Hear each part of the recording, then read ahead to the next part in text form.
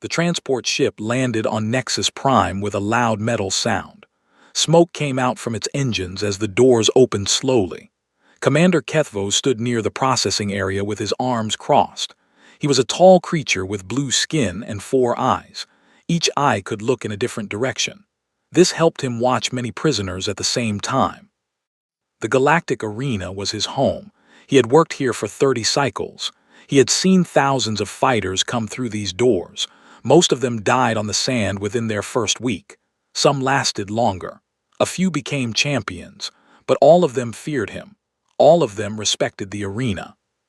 Today's transport came from the outer systems. Kethvos looked at his data pad. There were 12 new prisoners. 11 of them were common criminals from known worlds, but the 12th one was different. The 12th one came from a planet called Earth. Kethvos had heard about Earth. The Galactic Council had made first contact with this world only 2 years ago. The reports said the humans were weak. They had no claws. They had no poison. They had no hard shell to protect their bodies. They could not see in the dark. They could not hear very well. They were slow compared to most species. The reports called them unremarkable. The prisoners walked out of the transport in a single line. Heavy chains connected their hands and feet. Guards with electric spears stood on both sides. Kethvos watched each prisoner carefully. He could tell a lot about a fighter just by watching them walk. The Gorvian was strong but stupid. He would last maybe 10 fights. The 2 Emnari brothers were clever but too thin. They would break easily. The Vrixal female had good instincts but too much fear in her eyes. Fear killed faster than any weapon. Then he saw the human. She was small, very small. The top of her head barely reached the shoulder of the Gorvian in front of her. Her skin was a light brown color, soft and smooth with no protection at all. Her hair was black and cut short. Her eyes were dark and calm. Too calm. Kethvos felt something strange when he looked at her. He could not explain it. She walked with the same chains as everyone else. She wore the same gray prisoner clothes, but something about her was different. "What is that little thing?" one of his guards asked. The guard was laughing. Did someone bring their pet by mistake? The other guards started laughing too. Even some of the prisoners looked at the human with confusion. What was such a small and weak creature doing here? Kethvos learned from his data pad that her name was Maya Chen. She was something called a sergeant in her planet's military. She had been captured during a failed diplomatic mission. The details were not clear. Something about a misunderstanding. Something about violence. The report said she had killed 3 Torvian soldiers before they could stop her. Kethvos found this hard to believe. Torvians were twice her size. They had thick skin and powerful arms. How could this tiny human kill 3 of them? He decided it must be a mistake in the report. The prisoners were taken to the processing room. Here they would be scanned, marked, and given their cell assignments. Kethvos followed them inside. He wanted to see the human up close. Maya Chen stood quietly while the machine scanned her body. She did not fight. She did not cry. She did not ask questions. She simply stood there and watched everything around her. Kethvos noticed that her eyes moved constantly. She looked at the guards. She counted them. She looked at their weapons. She studied them. She looked at the doors. She measured the distances. She looked at the ceiling. She found the cameras. This one is observing, Kethvos thought. This one is learning. "Human," he said, walking toward her. "Do you know where you are?" Maya Chen looked up at him. Her face showed no fear. "I know," she said. Her voice was quiet but steady. "This is the arena. Prisoners fight here. Most of them die. The winners get freedom. The losers get graves." Kethvos was surprised that she knew so much. "Your people have only been in the galaxy for 2 years. How do you know about the arena?" "I listen," Maya said. "I watch, I learn." "Then you know you will die here," Kethvos said. "Look at yourself. You are small, you are soft, you have nothing. The arena will eat you alive." Maya did not answer. She just looked at him with those dark, calm eyes. Kethvos felt that strange feeling again. Something was wrong here. Something he could not understand. But he pushed the feeling away. He had seen too many prisoners to be worried about one small human. Put her in the fodder tier, he told his guards. She fights tomorrow. The fodder tier was for the weakest prisoners. They were sent into the arena first to warm up the crowd. They usually died within seconds. Their deaths were fast and forgotten. Who is her opponent? One guard asked. Give her to Raxthal, Kethvos said. The guards looked at each other with surprise. Raxthal was a Vrixal champion. He was 8 feet tall with blades on his arms that could cut through metal. He had killed 43 opponents. No one in the fodder tier had ever survived more than 10 seconds against him. Commander, the guard said carefully, that seems extreme. She is just a human. Exactly, Kethvos said. The crowd wants to see what humans can do. Let them see, it will be quick. As the guards took Maya Chen away, Kethvos watched her go. She walked with her head up. She did not look scared. She did not look sad. She looked like she was thinking. For a moment, Kethvos wondered if he was making a mistake, but then he laughed at himself. She was just a human. Small, soft, weak. Tomorrow, Raxthal would tear her apart in front of 50,000 screaming fans. Her death would be just another show. He was sure of it. That night, Maya Chen sat alone in her cell. The walls were cold stone. The bed was hard metal. A small window showed the 3 moons of Nexus Prime. She did not sleep. Instead, she sat in the darkness and thought about everything she had seen. She remembered the guard positions. She remembered the weapon types. She remembered the door codes she had watched the guards enter. She thought about tomorrow. She thought about the arena. She thought about the creature called Raxthal. And slowly, quietly, she began to plan. The arena was loud. 50,000 aliens filled the seats. They screamed and shouted in 100 different languages. The sound was so strong that Maya could feel it in her chest. It was like standing inside a thunderstorm. She stood in the dark tunnel that led to the fighting ground. 2 guards stood behind her with electric spears. They were laughing and making jokes about how fast she would die. 20 seconds, one guard said. I bet 20 seconds. Too long, the other guard said. Raxthal is hungry today. 10 seconds, maybe less. Maya did not respond to them. She was looking at the arena through the tunnel opening. The fighting ground was a large circle of sand. Bright lights shone down from above. Giant screens showed close-up images of the crowd. Everyone was excited. Everyone wanted blood. A voice spoke through the speakers. It was loud and dramatic. The announcer was introducing the next fight. Ladies and gentlemen and creatures of all kinds, welcome to the main event of the morning. In the red corner, we have a new challenger. She comes from a tiny planet called Earth. She is the first human to ever fight in our arena. Please welcome the human. The crowd laughed. Some of them booed. Others made sounds of confusion. A human? What was that? Why was such a small thing in the arena? The guards pushed Maya forward. She walked out of the tunnel and into the light. The sand was soft under her feet. The heat from the lights was strong on her skin. She looked around at the crowd. Thousands of alien faces stared back at her. Most of them looked amused. Some looked bored. None of them looked worried for her. Good, Maya thought. Let them underestimate me. And in the blue corner, the announcer continued, our undefeated champion of the fodder tier. He has killed 43 opponents without losing a single match. He is fast. He is deadly. He is Raxthal the Blade. The crowd exploded with cheers. A gate on the other side of the arena opened. Raxthal walked out slowly. He wanted everyone to see him. Maya studied him carefully. He was even bigger than she expected, 8 feet tall at least. His body was covered in hard black shell, like armor made of bone. His arms ended in long curved blades instead of hands.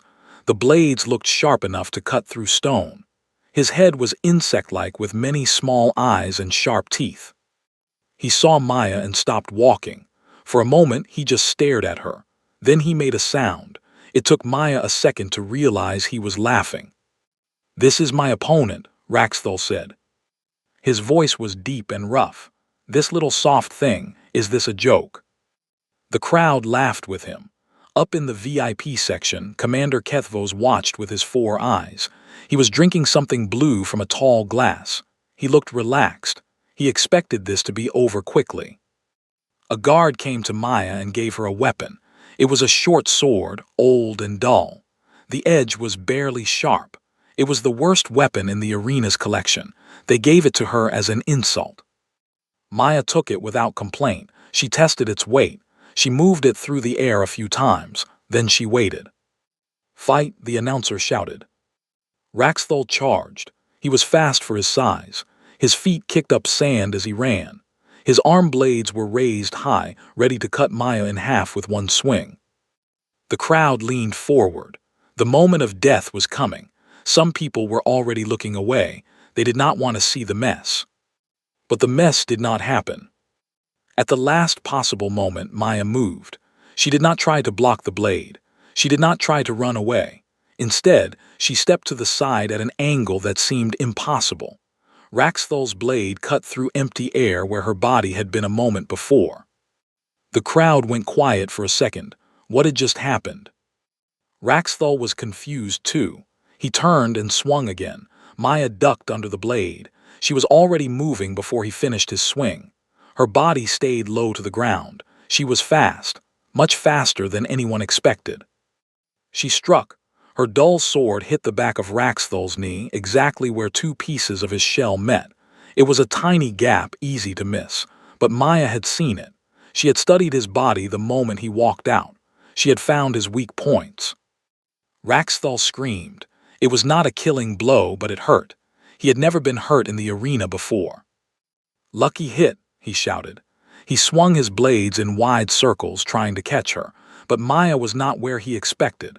She kept moving, always at strange angles, always just out of reach. The crowd was silent now. This was not what they came to see. This was not a quick death. This was something else. Up in the VIP section, Kethvos put down his drink. His four eyes were all focused on the arena. He leaned forward in his seat. Maya continued her dance. She never tried to match Raxthol's strength. That would be stupid. He was much stronger than her. Instead, she used his strength against him. When he charged, she moved. When he swung, she dodged. Every time he missed, he got a little more tired.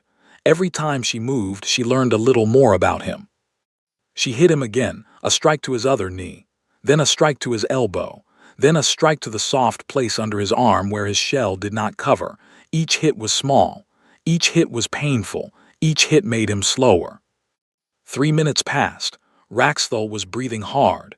His movements were getting clumsy. He had never fought this long before. He did not have the energy for it. Maya was barely tired at all. "What are you?" Raxthol demanded. "What kind of creature are you?" Maya did not answer. She was done talking. She was done playing. It was time to end this. She waited for Raxthol to swing one more time. His blade came down hard. Maya stepped inside his reach, too close for his long arms to work properly. Before he could react, she jumped. She grabbed onto his shell and climbed up his body like he was a tree. Raxthol tried to shake her off. He spun around. He hit himself with his own blades trying to reach her, but she was too fast. She climbed up to his shoulders. She found the place where his head connected to his body. She saw the nerve cluster there, barely protected. She struck with her dull sword. She struck 3 times, fast and hard. Raxthol stopped moving. His eyes went blank. His body fell forward and hit the sand with a heavy sound. He was not dead, but he could not move. He could not fight. Maya jumped off and landed on her feet. She stood over the fallen champion and looked up at the crowd. 50,000 aliens stared back at her in complete silence. Then slowly someone started clapping, then another, then another. The clapping turned into cheering. The cheering turned into roaring. The crowd went crazy. They had never seen anything like this. Up in the VIP section, Commander Kethvos sat very still. His drink was forgotten. His 4 eyes were wide. He was not laughing anymore. 3 weeks passed after Maya's first victory. In that time, she became the most famous fighter in the arena's history. Everyone wanted to see the human. Everyone wanted to understand how such a small and weak creature could keep winning. The arena's owners were happy. Ticket sales went up every day. People came from distant star systems just to watch her fight. The betting houses made more money than ever before. Maya Chen was good for business. She fought twice more in the first week. Her second opponent was a Mnari named Visk. The Mnari were telepaths. They could read minds and see what their opponents would do before they did it. No one had ever beaten a Mnari by fighting them directly. Maya did not fight Visk directly. When the match started, Visk reached out with his mind to read her thoughts. He expected to find plans and strategies. He expected to know her every move. Instead, he found something strange. Maya was thinking about music, old songs from Earth. She was singing them inside her head, one after another, loud and fast and confusing. Visk could not make sense of it. The songs were chaos. They had no pattern he could follow. Every time he tried to focus, a new song started. His telepathic powers became useless. While Visk struggled to understand her mind, Maya attacked his body. She was fast and precise. She knew exactly where to hit. Within 2 minutes, Visk was on the ground, defeated. After the match, scientists came to study the recordings. They were amazed by what they found. Humans, they learned, could think about multiple things at the same time. They could split their minds in ways that other species could not. This made telepathy almost useless against them. Maya's third opponent was much bigger. His name was Goroth, and he was a Gorvian rock giant. Gorvians were some of the strongest creatures in the galaxy. Their bodies were made of living stone. They could take incredible damage and keep fighting. No weapon could cut them. No blow could break them. The fight looked impossible for Maya. Goroth was slow, but he was almost invincible.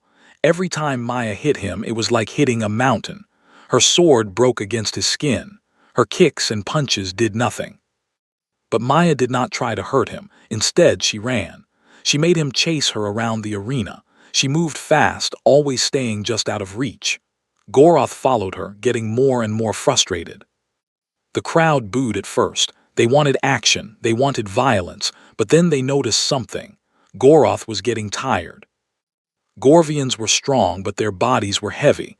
Moving took a lot of energy. Their slow metabolism could not keep up with long activity. After 30 minutes of chasing Maya, Goroth was stumbling. After 45 minutes, he could barely stand. After 1 hour, he fell down and could not get up. Maya won without landing a single blow. The scientists studied this too. They learned something frightening about humans. On Earth, humans had hunted animals by chasing them, not by being faster but by lasting longer. Humans could keep moving for hours, days even. They did not stop. They did not give up. They wore their prey down until it could no longer run. This was called persistence hunting, and it was terrifying. Commander Kethvos read all the reports about Maya. He learned about human endurance. He learned about their ability to heal quickly from injuries. He learned about their adaptable diet, how they could eat almost anything. He learned about their brains, how they could solve problems and create tools and work together in groups. The more he learned, the more worried he became. "She is learning too," one of his officers told him. "Every fight she gets better. She studies her opponents. She finds their weaknesses. She never makes the same mistake twice." Kethvos knew this was true. He had watched the recordings. Maya was not just fighting to survive. She was collecting information. Every battle taught her something new about alien biology. Every victory gave her more confidence. And she was doing something else too, something that worried Kethvos even more. She was making friends. In the prisoner cells, Maya spent her time between fights talking to other prisoners. She learned their languages quickly. Humans, it turned out, were very good with languages. Their brains could adapt to new sounds and patterns easily. She talked to a Torvian named Krell who had been a soldier. She talked to 2 Mnari sisters who had been thieves. She talked to an old Vrixal engineer who knew how the arena's systems worked. She asked them questions about their homes, their lives, their hopes. She also asked them questions about the arena. How did the power systems work? Where were the weapon storages? How many guards were on duty at night? What were the security codes? "She is planning something," Kethvos told the arena's owners. "She is not just a fighter, she is a soldier. She is thinking like a soldier." The owners laughed at him. "She is one small human," they said. "What can she possibly do? She is making us rich. Let her fight. Let her win. Let the people enjoy the show." Kethvos wanted to argue, but he had no proof. Maya had not broken any rules. She had not tried to escape. She was a perfect prisoner. That was exactly what worried him. One night, Kethvos went to Maya's cell. He stood outside the bars and looked at her. She was sitting on her bed, calm and quiet like always. "I know what you are doing," he said. Maya looked at him. "I am doing nothing. I am a prisoner. I fight when you tell me to fight. I wait when you tell me to wait. You are making alliances. You are gathering information. You are preparing for something." Maya smiled. It was a small smile, but it made Kethvos feel cold inside. "On Earth," she said, "we have a saying, hope for the best, prepare for the worst." She paused. "I am just preparing, Commander, that is all." Kethvos stared at her for a long time. He wanted to kill her right there. He wanted to end whatever she was planning before it started, but he could not. She was too valuable. She made too much money for the arena. So he did nothing. He walked away from her cell. He told himself he was being paranoid. She was just one human, one small, soft, weak human. What could she possibly do against an entire arena full of guards and weapons and security systems? But deep inside, a small voice whispered to him. It told him that he was making a mistake. It told him that this human was more dangerous than any champion the arena had ever seen. He should have listened to that voice. Back in her cell, Maya waited until his footsteps faded away. Then she reached under her mattress and pulled out a small piece of metal. She had stolen it during her last fight. She had hidden it carefully. It was the key to everything. She smiled again in the darkness. The plan was almost ready. Soon, very soon, the arena would learn what humans could really do when they worked together. And by then, it would be too late to stop them. The night was dark and quiet when everything changed. Most of the arena staff had gone home. Only the night guards remained, walking their routes and watching their screens. They were bored. Nothing ever happened at night. Maya sat in her cell and counted the seconds. She had spent weeks preparing for this moment. Every detail was planned. Every risk was calculated. She knew the guards' schedules by heart. She knew which cameras had blind spots. She knew which doors had weak locks. The piece of metal she had stolen was actually a power regulator from the arena's lighting system. The old Vrixal engineer, whose name was Torven, had told her exactly what to do with it. Torven had worked on the arena's construction 50 years ago. He knew every wire and every circuit. At exactly midnight, Maya used the metal piece to short-circuit the power box in her cell wall. The electricity made a small spark. Then all the lights in the prisoner section went dark. For 3 seconds, nothing happened. The backup generators needed 3 seconds to activate. Maya had planned for those 3 seconds. In the darkness, she moved. She pushed open her cell door. The electronic lock had released when the power died. She ran down the corridor, silent and fast. She had memorized the path. She did not need light. She reached Torven's cell first. The old engineer was waiting at his door.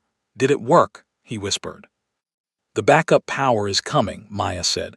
"We have maybe 2 minutes before they realize what happened. Let us move."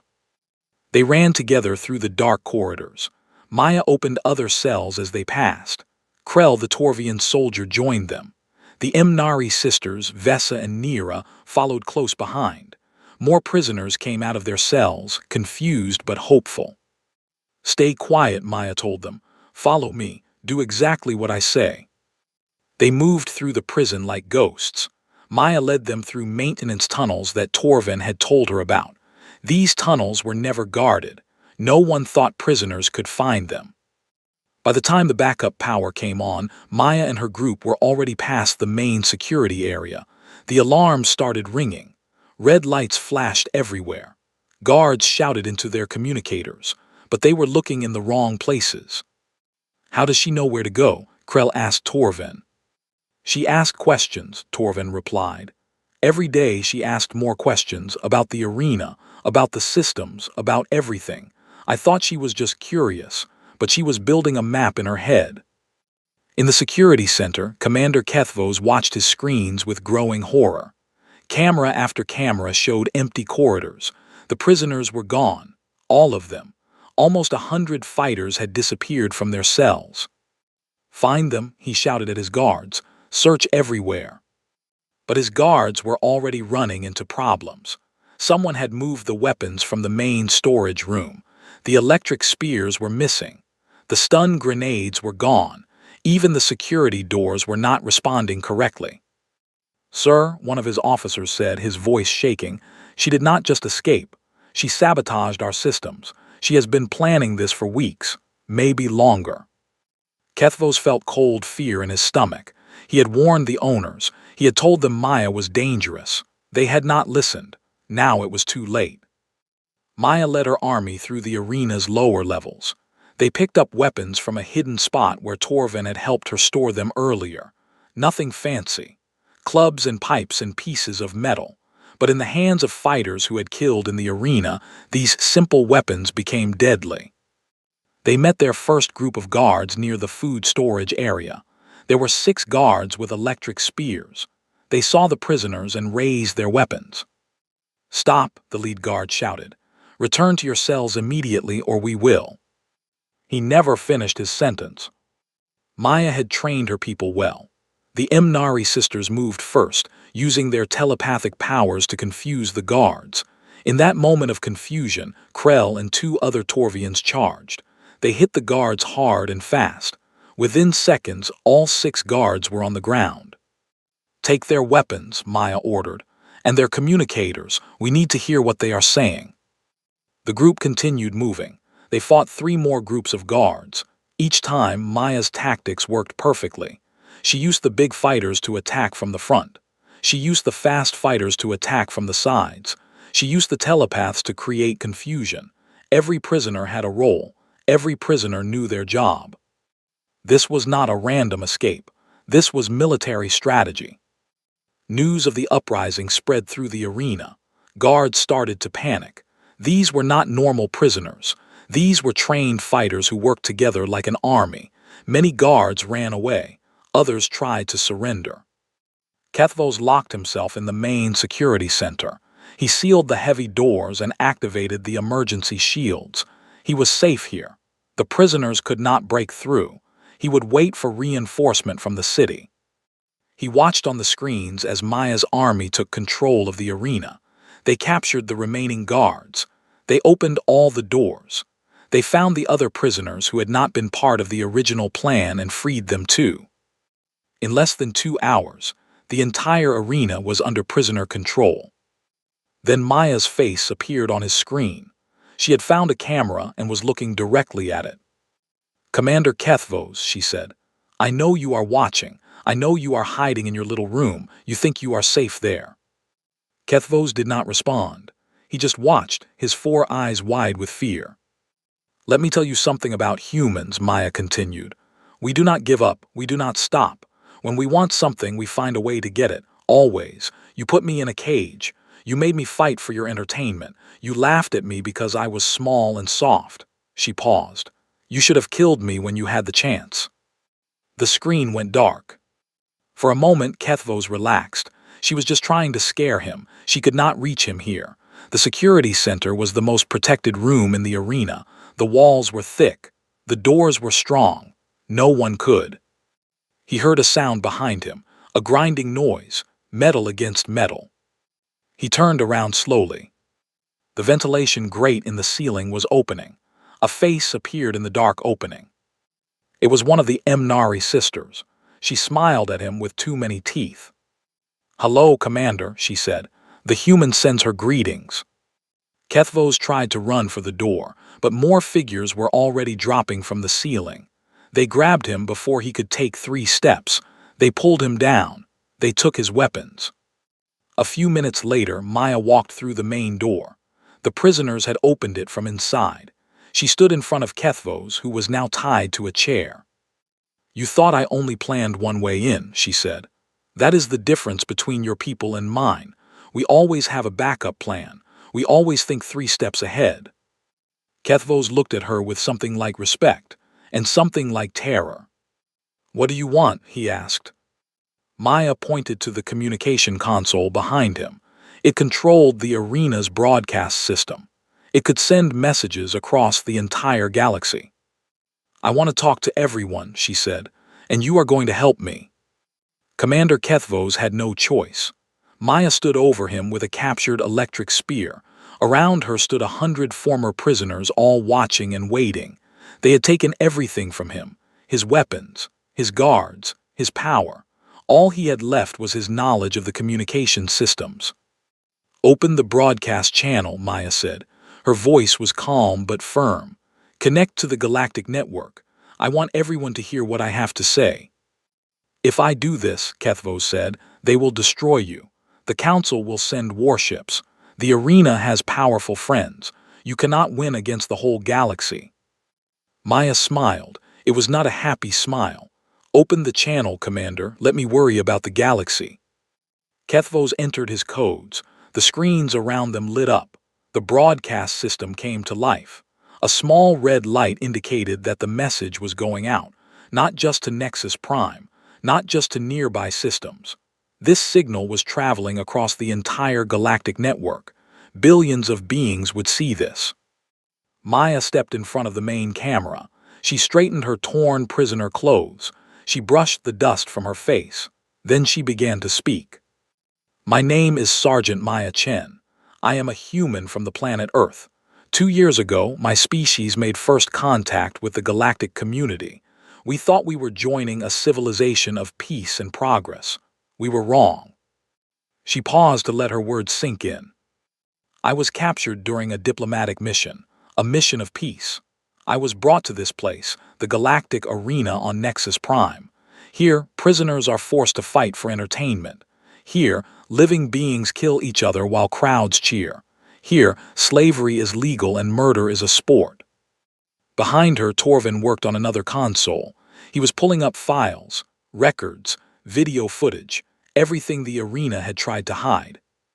"The galaxy calls this justice," Maya continued. "But I have seen the truth. Most prisoners here are not criminals. They are debtors who could not pay.